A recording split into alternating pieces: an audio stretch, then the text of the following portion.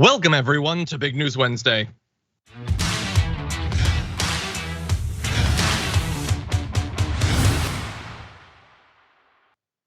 Little tech troubles here in the studio, but I am here now, Iadarola. It's Big News Wednesday, and that means Jayar Jackson. Jayar, how's it going?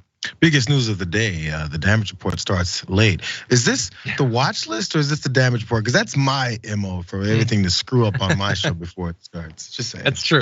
This was just, we have this little background monitor. It messed up. I don't know. Computers are complicated stuff. But anyway, we are here. And it is important that we're here because I don't want to oversell things, but is today maybe the best day of news all year?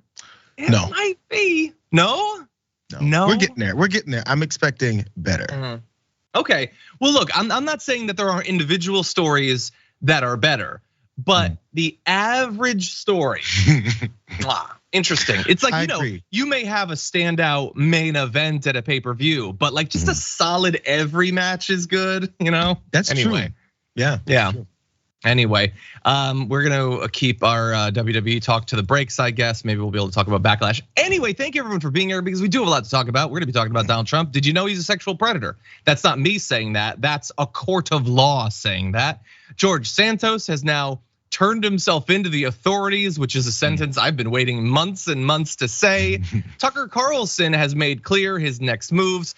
And then there's just a lot more interesting news besides. We've got some AI news that is fascinating. DeSantis is like, it's the pettiest union busting I think I've seen in my life. And Matt Gaetz defends AOC from Fox News. There's some interesting stuff coming up. So what you're gonna wanna do is hit the like button and share the stream, not only so that people know we're around, but then you can send us a message and maybe get a Blueprint gift card. I'm just saying there are opportunities aplenty. So with all that said, Jayar, are you ready to do this thing? I'm ready. I mean, I've been waiting. The pre-math that you were doing, I think you went a little long is the problem. Or is it the after report? The pre-port. We get the pre-port and the aftermath. Anyway, it's confusing. There's a guide online. Okay, you can use ChatGPT, it'll explain it. Okay, well, with that said, why don't we start this thing? For the first time ever, a former president has been found by a jury to be a sexual predator. It's Donald Trump, found to have sexually abused advice columnist E. Jean Carroll in a New York City department store changing room 27 years ago. And we've got all the details for you. This is the first time, again, that a former president of the United States has been legally branded a sexual predator. Now, it is, though, a civil, not a criminal case. And so the only legal sanction Trump will face is financial. Now, technically, when you say that, what you mean is that he can't spend time behind bars. He can just pay a financial penalty. But it's also true in a larger political sense in that it appears at this point that the only consequences he will really suffer from are financial and not, I don't know, to his reputation, which is in the gutter anyway, and that's why they like him, to his chances of becoming a nominee. But we'll get to all that. But first, in explaining a finding of sexual abuse to the jury, here is how the judge explained it. It has two elements: that Trump subjected E. Jean Carroll to sexual contact without consent by use of force, which that sounds like the definition of rape to me, but I'm not a lawyer. And that it was for the purpose of sexual gratification. The jury deliberated for less than 3 hours. It did not find that Trump raped Carroll, but did find him liable for sexual abuse, which I'll leave it to the linguists and the philosophers to untie all of that, but one sounds like the other. Anyway, here is the penalty that he will suffer as a result of this. They decided that Ms. Carroll proved by a preponderance of the evidence that Mr. Trump sexually abused her and that she was injured as a result of his conduct. The jury decided that $2 million would fairly and adequately compensate her for her injuries. The jury also decided that Mr. Trump should pay Ms. Carroll $20,000 in punitive damages, but that is just the beginning. They also found that Mr. Trump defamed Ms. Carroll and that she was injured as a result of his October 2022 True Social post about her. She'll be paid $1 million for damages unrelated to a reputation repair program, $1.7 million for a reputation repair program only. They also found that Mr. Trump, quote, acted maliciously out of hatred, ill will, spite, or wanton, reckless, or willful disregard of the rights of another, which you could honestly define like literally any action he's taken in his life, but specifically here towards Ms. Carroll, and she should be paid $280,000 for that. So look, I suppose with America being what it is, this is what they were able to get for E. Jean Carroll. This is what sort of cosmically they were able to get for the dozens of other women that have accused Trump of sexual harassment and sexual assault of a variety of different types. And let's keep it real, more likely many additional women who have not wanted to put themselves through the psychic ringer of talking about their experience, being attacked for the rest of their life, having their family members be doxxed and stalked and all of that. And so this is at least a recognition that has never been found against any other president or former president of what he did and why he did it. And so Jayar, with all that said, what do you think? Well, as you said, I mean, historic type of look here, but this has been talked about for years, and it's not just the E. Jean Carroll situation. It's, as we found out also, there's other women that were coming forward in the past about the sexual assault accusations they had towards him, and many of them were then saying this is just one of those quick shots of at least seeing, there's a jury that believed a woman. And isn't that depressing in this country that we had women who are claiming sexual assault on a very powerful person who end up running for president and winning, who then have to say, oh my God, my country, my judicial system that we've trusted in and says the best in the world actually acknowledged someone based off of how much evidence was placed in front of them. There's something, even if it's a liability case on civil suits and not the criminal side of it, but it's something. And it's depressing that now we have to be the ones to say, oh my God, can you believe we did such a thing? And the response being, oh, this is just something that's so political. Hey, it's only political because you decided to run for office after, again, according to this jury, you were found liable for these types of crimes. Yeah. So don't make anyone else, don't blame this on anyone else except for yourself, bro. Yeah, and blame perhaps his legal strategy of not showing up, of just attacking her on social media, of attacking the physical appearance of the woman serving as her lawyer. He was gross. Like, maybe don't go around talking to Billy Bush about how you like to do this exact sort of sexual assault and how it's just awesome when you do it. Maybe don't do any of those things.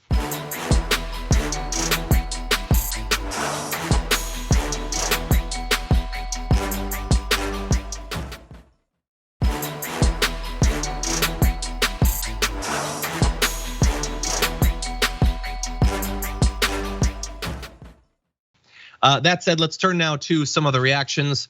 Donald Trump was angry over the last 24 hours. I'm not exactly sure why, but we're gonna dive into his Truth Social post and try to figure it out. He started off with very unfair trial. Now, that could be referring to a lot of different trials. He's mad about many of them, and there are many of them to be mad about. But he goes on to say, what else can you expect? This is all gonna be all caps, by the way. What else can you expect from a Trump-hating, Clinton-appointed judge who went out of his way to make sure that the result was as negative as it could possibly be, speaking to and in control of a jury from an anti-Trump area, which is probably the worst place in the US for me to get a fair trial. Look, there could be something to that about the area being a little bit predisposed to not like Trump.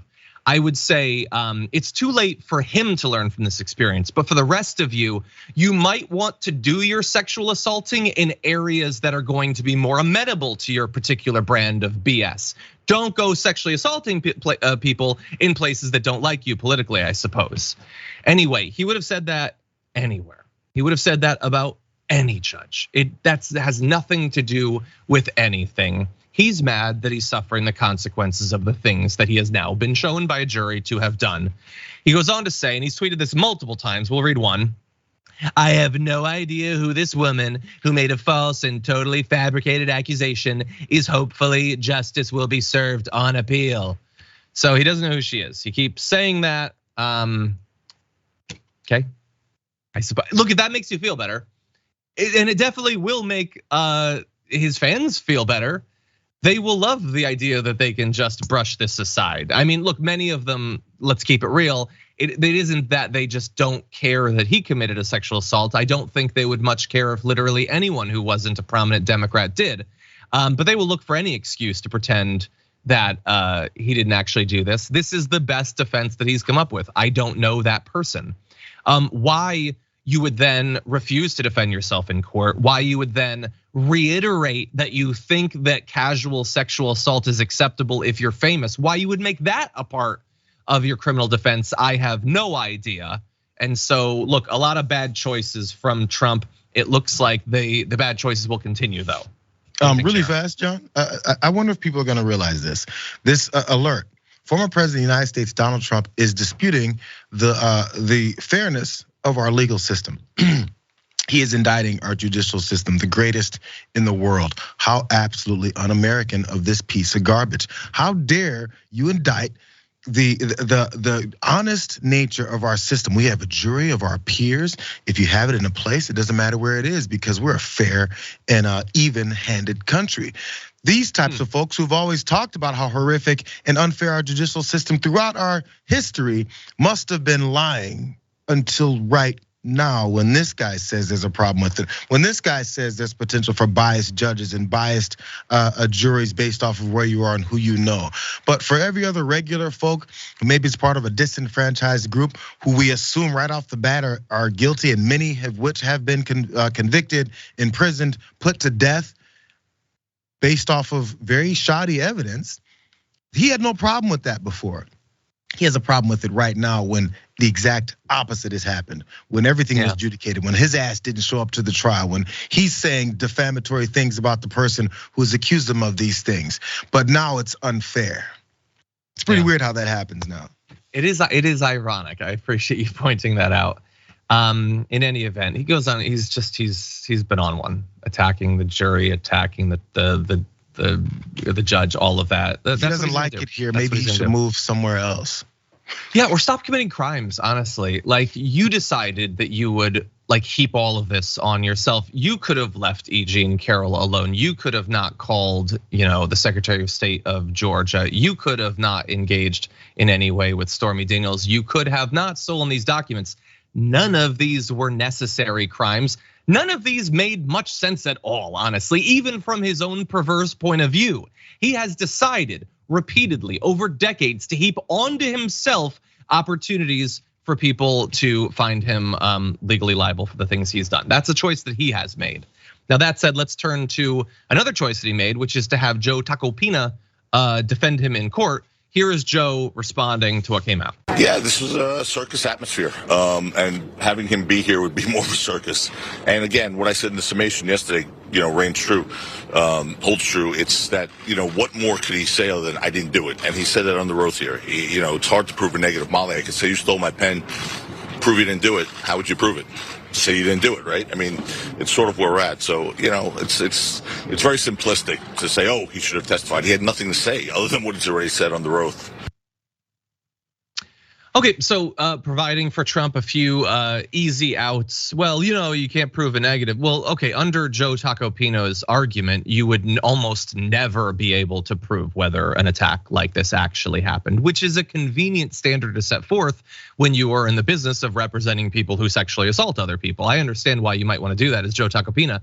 The issue is that while, yes, theoretically, it is difficult to prove one way or another, that is not actually what these trials are about. What they are trying to do is understand to the best extent that they can what actually happened, whatever evidence there is that it happened, including contemporaneous accounts wherein she had multiple people say that she told them at the time that this actually happened.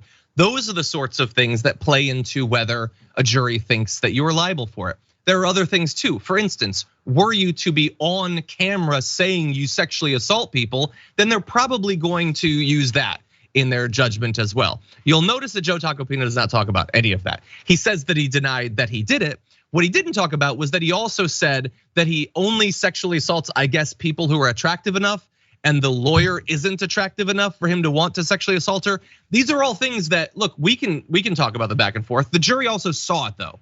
That is going to inform their decision. And so the idea that Joe Tacopina is spreading here is obviously crafted to provide PR cover for Donald Trump. It can't convince a jury, that's already been demonstrated. What he's trying to do is set the stage for his supporters to continue to give Trump legal defense money that he doesn't need since supposedly he's a billionaire, so that they can appeal this thing. That's what I'm getting off this, Jayar.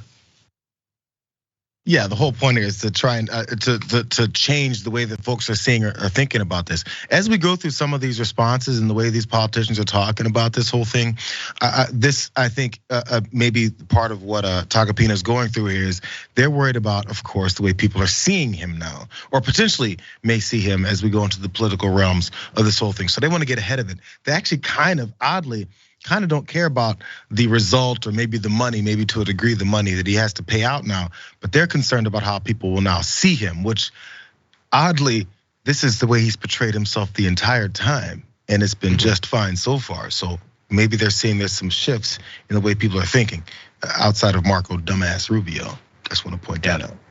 Let's go to one more video of Joe Tacopina. It was strange. Part of me was obviously very happy that Donald Trump was not branded a rapist. I didn't think there should be any liability findings, so we'll pursue it. We'll pursue it.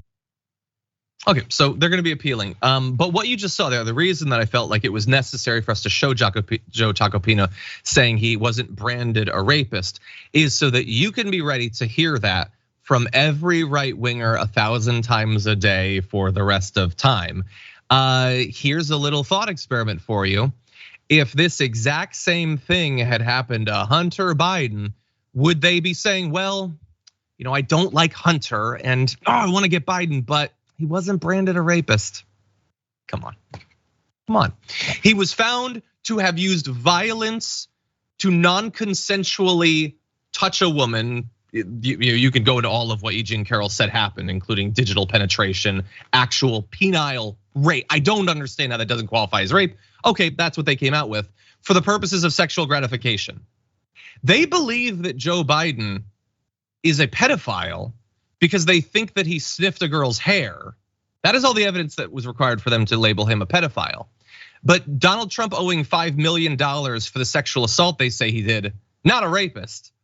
Like, think about the rhetorical gap there that they want to pretend exists, but of course does not. But I've already seen it all over Twitter. That's what they're all saying. Every one of these people who believes that they believe that Hillary Clinton eats the faces of babies based on no evidence, think that Donald Trump is not a rapist because he was just found to have sexually assaulted, not raped Eugene Carroll. It's a very convenient defense there.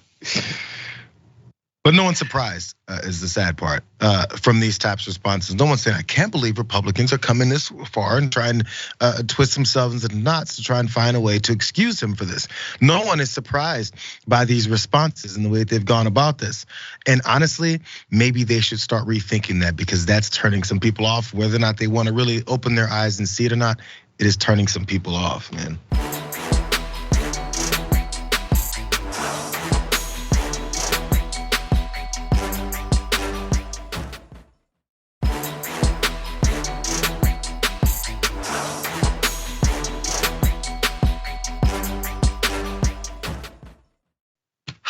Hope. Well, you know what? Why don't we check in with some of these people and see if any of this has turned them off? Let's jump right into some Republicans reacting to Donald Trump being officially labeled a sexual predator. So what's your reaction to President Trump being held liable in the Eugene Carroll case?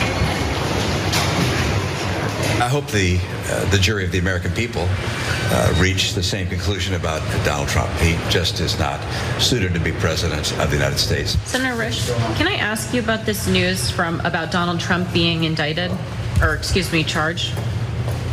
If you're going to throw support behind a 2024 presidential candidate, does this verdict reached today have any impact on that decision? It doesn't. I'm going to stay neutral. I think it's a factor that gets to his electability. It's not a disqualifier, to Manu's point at this point, but it's certainly not a check in the plus column. So look, there was some differentiation between those. You had Kevin McCarthy just walking. His stupid smile. I got this position because of the support of a guy who's now been labeled a sexual predator. I'm not gonna talk to you because I don't have to, because I know who my base is, and the bar is buried in the center of the earth for these people, so we can do whatever we want. It doesn't matter how many laws we break. It doesn't matter how many millions of dollars we owe to the victims of our criminal behavior. I just keep on going. That woman is like, no, it has nothing to do with anything. The guy at the end who is like, it goes to his electability, but it's not disqualifying. It's not, okay, well, thank you. Are you not merciful for pointing out that it might go to his electability? Mitt Romney seemed to have an issue with it. That other old guy who was doing Chuck Schumer cosplay, he just turned around and walked away. Every single one of those people, I have to imagine, who didn't care at all about this, they have deeply held religious beliefs. They are conservative Christians to their core. And finding out that this guy sexually assaulted a woman means nothing to them. Nothing at all. That is amazing, Jayar. So all they talk about suburban women and the voters for Trump and moms for Trump and all this stuff.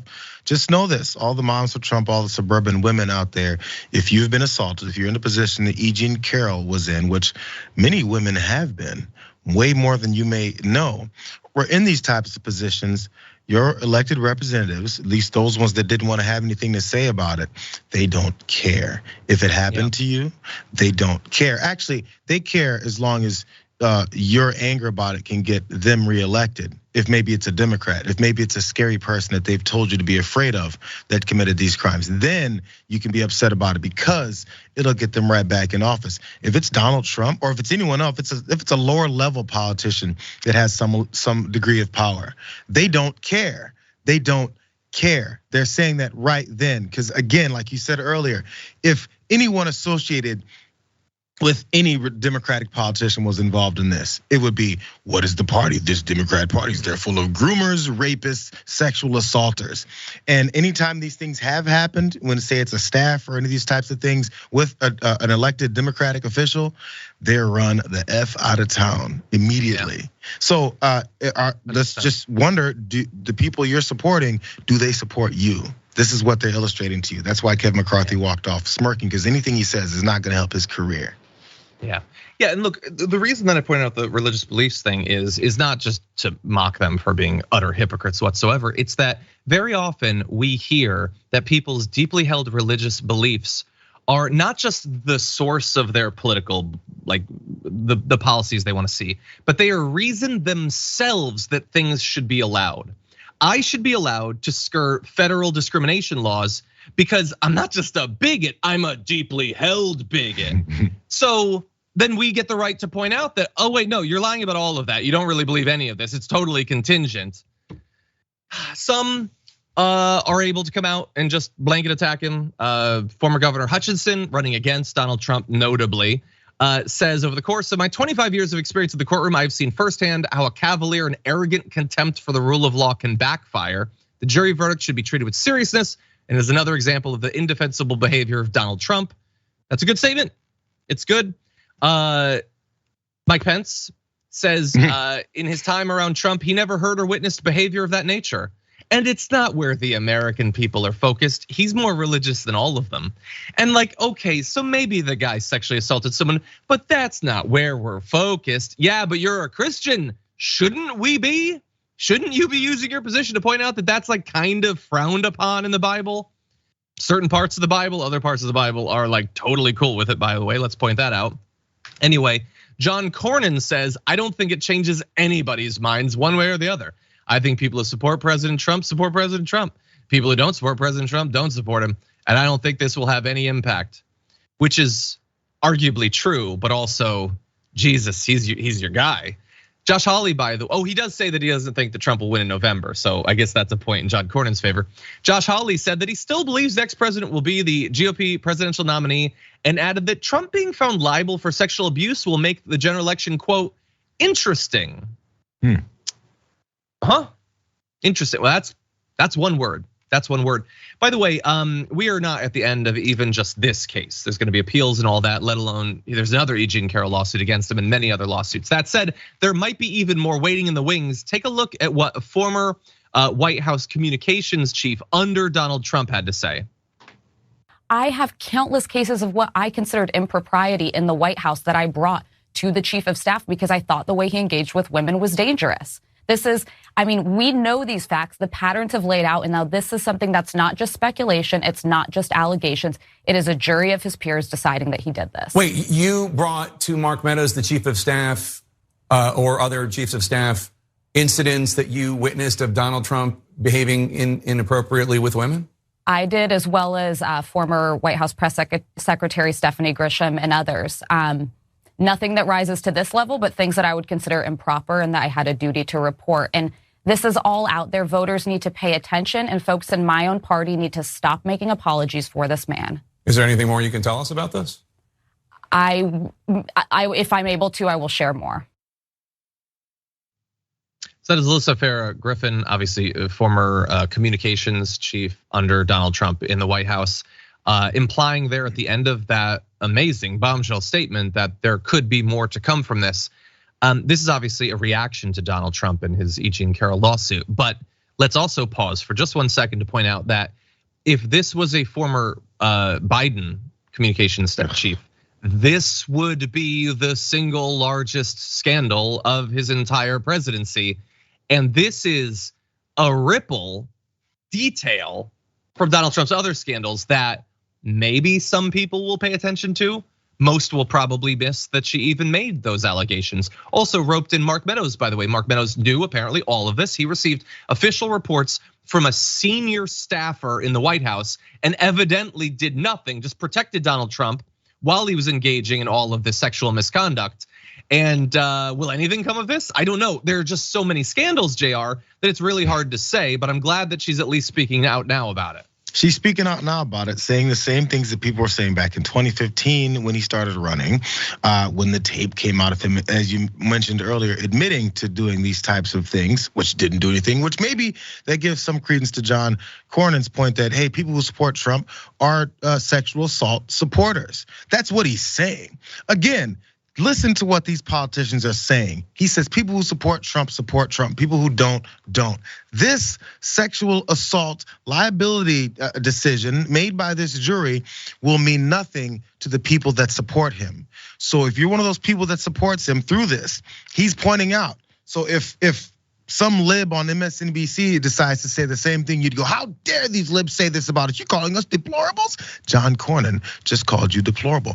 Unless you think supporting a sexual assault, not rapist in this case, is not deplorable. Is that a deplorable action to do to someone? You have to start making decisions about which one you are and how you're gonna be.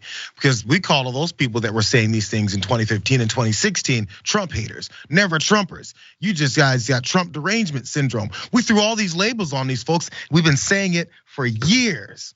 And now that someone else that was in the White House after he won and was doing the same stuff, we have to protect your staffers. And by the way, Alyssa Farah is not the only one. There's another woman that was involved in the administration dealings, and she said she kept her staffer from him because of the same reason.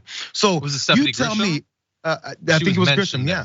I think it was Grisham. Yeah. They were talking about how they're keeping staffers from them because they know what he does. Is that comfortable? Is that someone you want to support? But they'll turn right around and stick their face on TV and say, yeah, I'll support him again. You sound like you're calling yourself a deplorable human being. Yeah, by the way, can we also just point, again, we could go back and forth with this all day. We kind of are, actually. Do you remember what Donald Trump did when he debated Joe Biden? Do you remember who his guests were? No.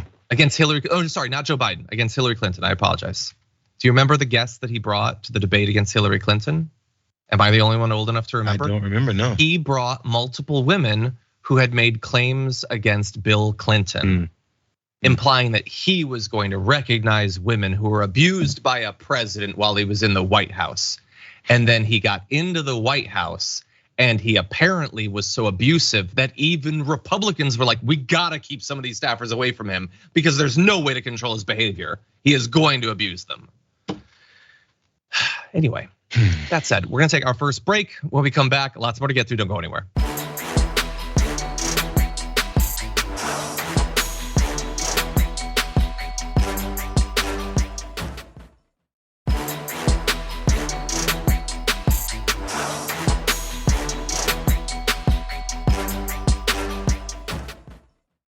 Okay, we've got a lot more news to get to. Let's jump right into this. I'll be doing CNN tonight live from the great state of New Hampshire because CNN is rightfully desperate to get those fantastic Trump ratings back. They were ratings like none other, and they want them back. They made me a deal I couldn't refuse. Could be the beginning of a new and vibrant CNN with no more fake news, or it could be a total disaster for all, including me. Let's see what happens. What? Such a natural salesman. They're bringing me back just for the ratings. That's it. I've accepted that, and maybe good, maybe disaster, including for me. Tune in, everyone. Okay.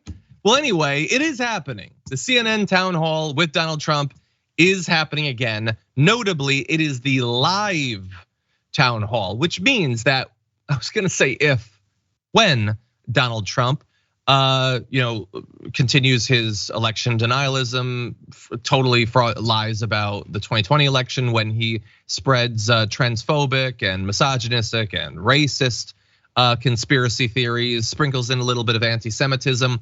That is all gonna go out to the millions, well, it's CNN, close to millions of viewers live. So whether they do fact checking after the fact, whether Anderson Cooper checks something, they will be live spreading vicious misinformation that they have warned against for a year. They've been talking about Trump as a threat to democracy for years, but as he rightly points out, he's gonna give them ratings, so they're doing it anyway, Jayar. But look, honestly, the only reason that I wanted to make sure that we talked about this today isn't just, maybe to do some predictions about how it'll go and how they'll fail. But now it's almost arguably justifiable only because they've gotta ask him about the sexual assaults, right? Right? It's become a thing where they're on the hook, as he said. This could be disastrous for them, me, or everyone. That's the one truth that he did tell there for the first time ever. Because if you do, then you're gonna get the wrath of people saying, how dare they ask questions about what just happened and actually what has been determined by a jury. Or then there's gonna be everyone else that says, well, they invite him on, he's running for president. It's pretty obvious that this is something people may wanna know anything about what he's thinking or saying about this, because again, we always worry about our politicians' maybe morals and whether or not they come into office with these types of luggage, this type of baggage that they got on their backs. But now everybody's got to figure a way to line up and make sure that they're on the right side of this, which is gonna be tricky. What I would love to see, John, and it won't happen because E. Jean Carroll has been on some television shows already. Right after this trial was over, maybe she shows up to the town hall. Maybe CNN invites her to ask. I mean, imagine if she strolls up to the mic. If they have the situation where someone asks from a mic, and she has like a cloak on her head and she throws it off. No, she just he's answering a question, he's spreading BS. Her music hits, she runs out, chair to the back. It could be so exciting. They're not gonna do that. So here's my fear. Look, it's Caitlin Collins, who previously worked at the Daily Caller. Anyway, look, I haven't followed her career. People say that she asked him some tough questions over the past few years. Okay, well then I will bear that in mind and I will maintain hope that she'll be ready for him. And when I say that, I mean very specifically, he tells the same lies over and over and over again. There is no excuse to not have very specific responses to the exact same lies he's gonna tell. So I'll just say that. My fear though, is there are a million awesome, timely questions that people could ask. But if we accept that they are just doing this for ratings and they need him more than he needs them, if he says, I'm gonna come on, but you can't ask me questions about A, B, C, D, and E, what are they gonna say? No, we're gonna ask you fair, journalistic, balanced questions, blah, blah, blah. We're gonna do what we're supposed to do. Or are they gonna say, well, yes, sir, we really want you to be on our program, sir. We really want the ratings, sir. I feel like they're gonna give him whatever he wants at this point, but what do you think? Yeah, exactly. I mean, it's one of those things that we know how the restructuring is happening from the top with CNN. So they're trying to have this whole thing where they're finding themselves what they think is the middle as they lean further to the right. So this is a big, it's a big indication of that plan and maybe to bring in those viewers. Again, it's not just the Newsmaxes of the world that are looking for some of these viewers of Fox that are finding themselves upset about how they're still on the hard right, but they've been told that they're not. But CNN's probably doing the same thing. This is their big opportunity. How are they gonna play it? And that is my one worry. They might be playing it to try and get some of those viewers, because we know this is definitely not about politics for CNN, at least from the top brass of it.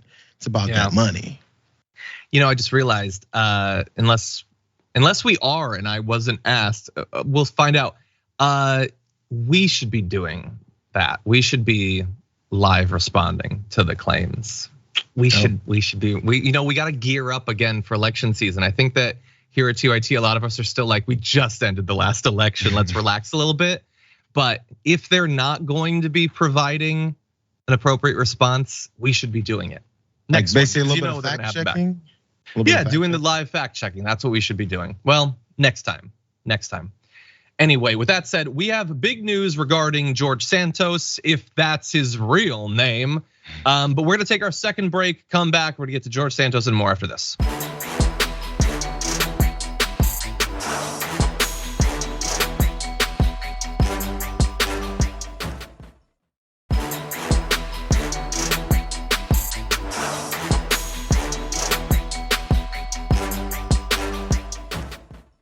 That clock said I had 2 seconons left. Sorry, what did you say? I'm going with Anastasia or something with an A, Alexandria, something. I don't know. Not Anastasia. No, people are saying Jaina. I do like that. Some people are saying Jason. If it was a boy, Jace might be the name. I do like the name Jace. Anyway, with that said, we've got big news and no time, so let's jump directly into it. Congressman George Santos has just been charged by federal prosecutors.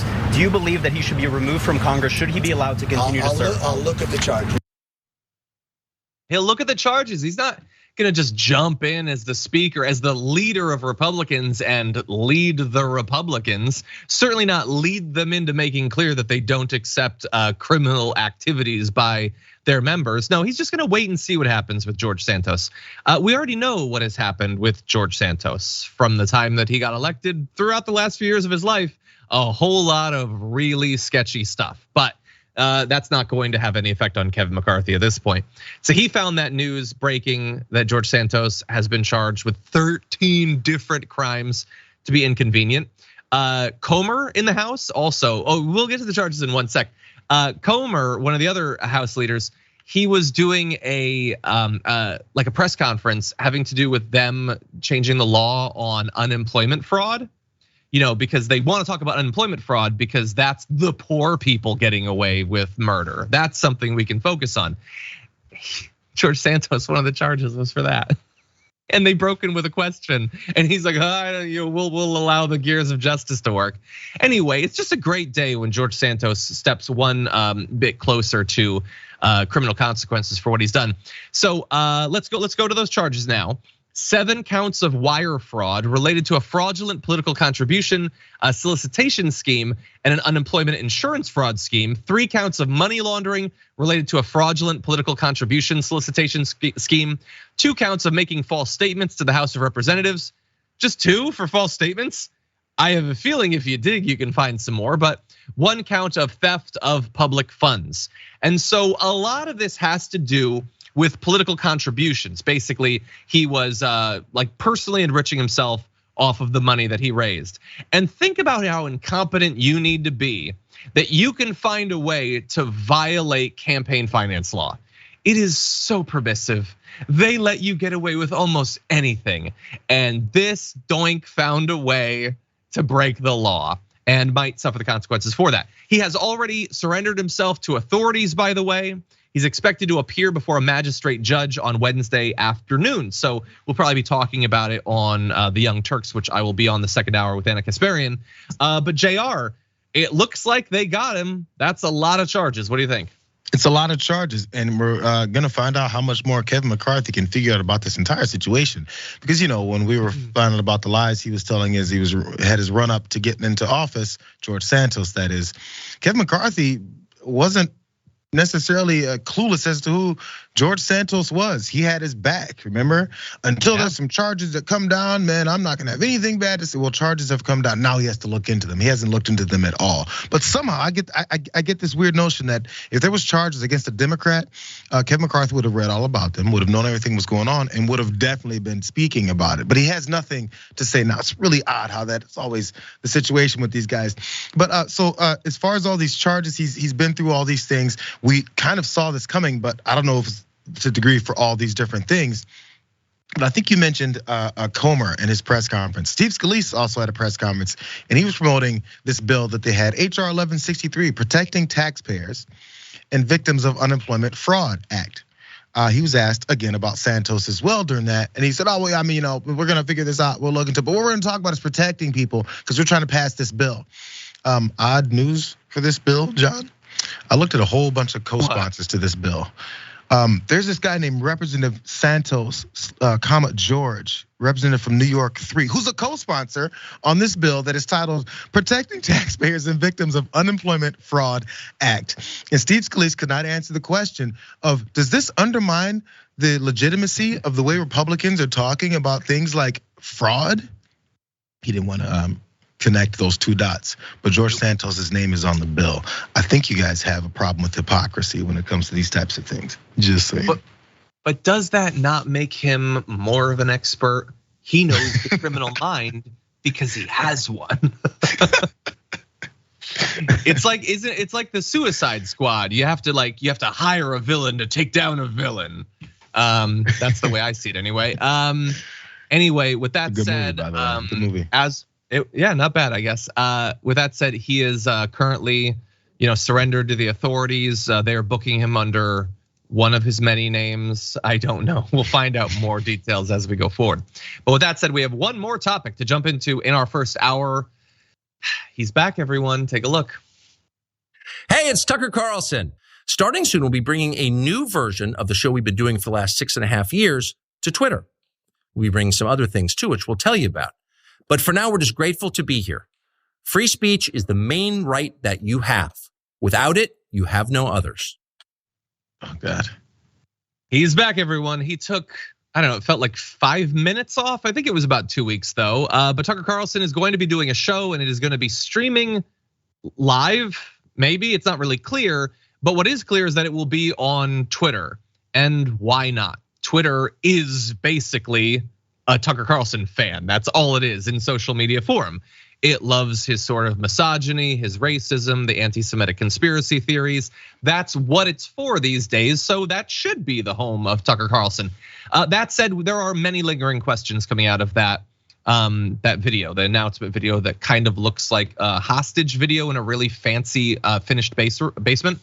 Anyway, we don't know what type of content it's gonna have. It looks like even that video probably violates the terms of his contract with Fox, saying you can't host a show on an alternate network. He was talking quite a bit about politics in that video. We don't know if it's gonna be live or taped, what format it'll be in. Will it be an hour-long show? How do they expect people to watch an hour-long program on Twitter? We don't know if Mr. Musk is gonna be paying for the production of the show or compensating him. We'll get to what he has said about the deal or lack thereof. But this also comes, by the way, the same day that Tucker Carlson accuses Fox of fraud and breaching his contract. This seems like projection. He's in the process of breaching the contract, so he accuses Fox of it. But anyway, the point of much of his video, which is 3 minutes long, and ain't nobody got time for that. He says there aren't many platforms left that allow free speech. The last big one remaining in the world, the only one, is Twitter, where we are now. Look, we understand that Tucker Carlson, his entire stock and trade is lying to people. The idea that of all places, Twitter is the only remaining one that allows for free speech makes sense if you accept that free speech is when one of the wealthiest people around tells you whatever it takes to get you worked into a frenzy to allow the rich to continue to get away with economic murder.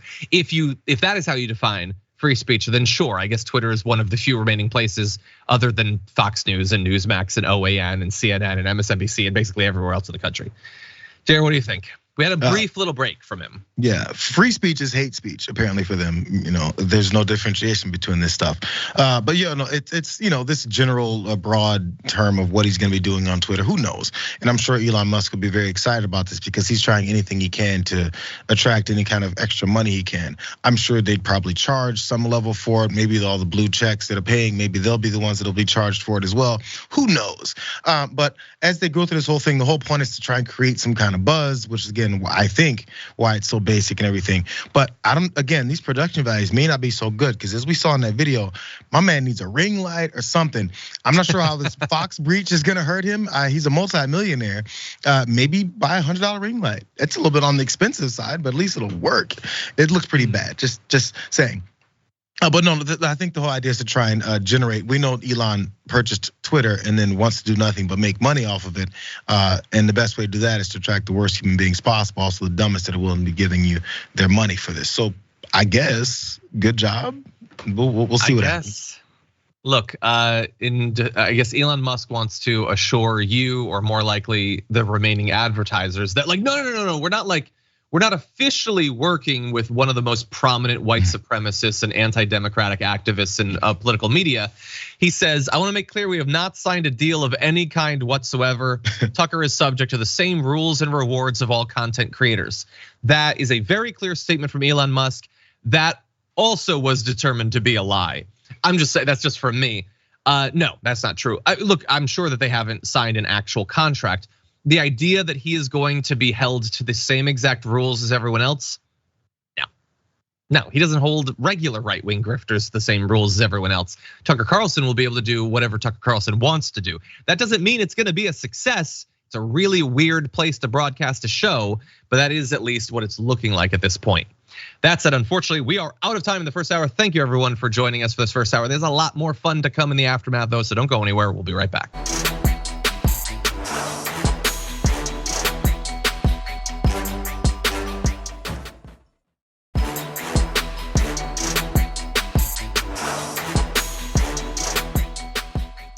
Thomas Sears says in a super chat, 2024 is the year of the fire dragon. Be prepared.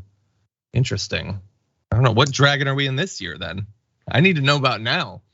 Anyway, Behooves says in a super chat, happy Big News Wednesday. John and Jayar, you both always brighten my hump day.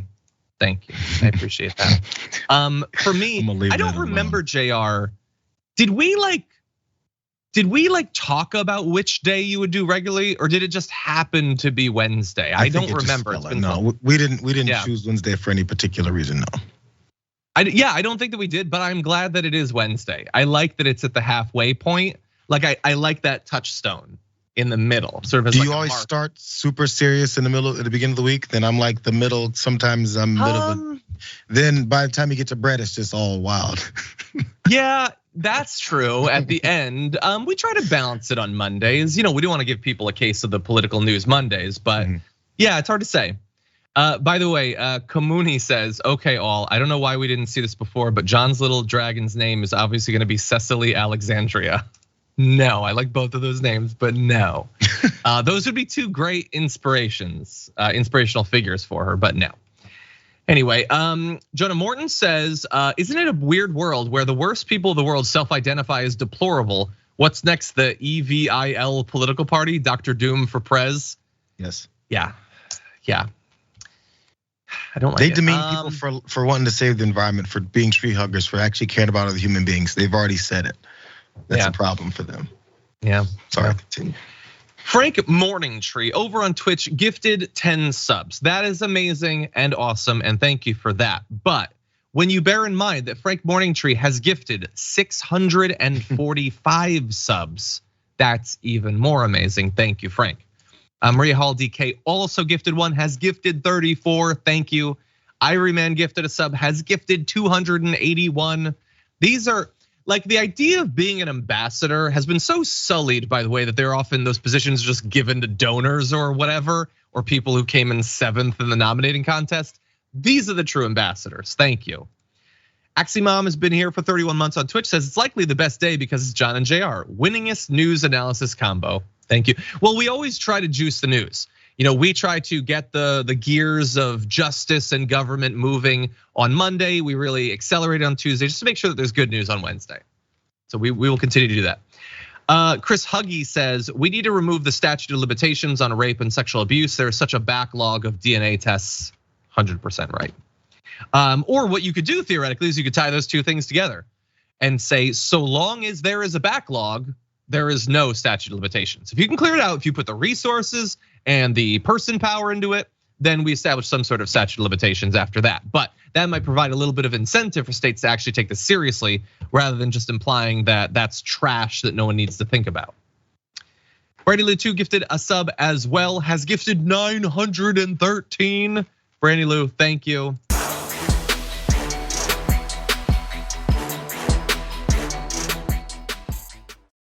Thanks for listening to the full episode of The Damage Report. Support our work, listen ad-free, access members-only bonus content, and more by subscribing to Apple Podcasts at apple.co/TYT. I'm your host, John Iadarola. I'll see you soon.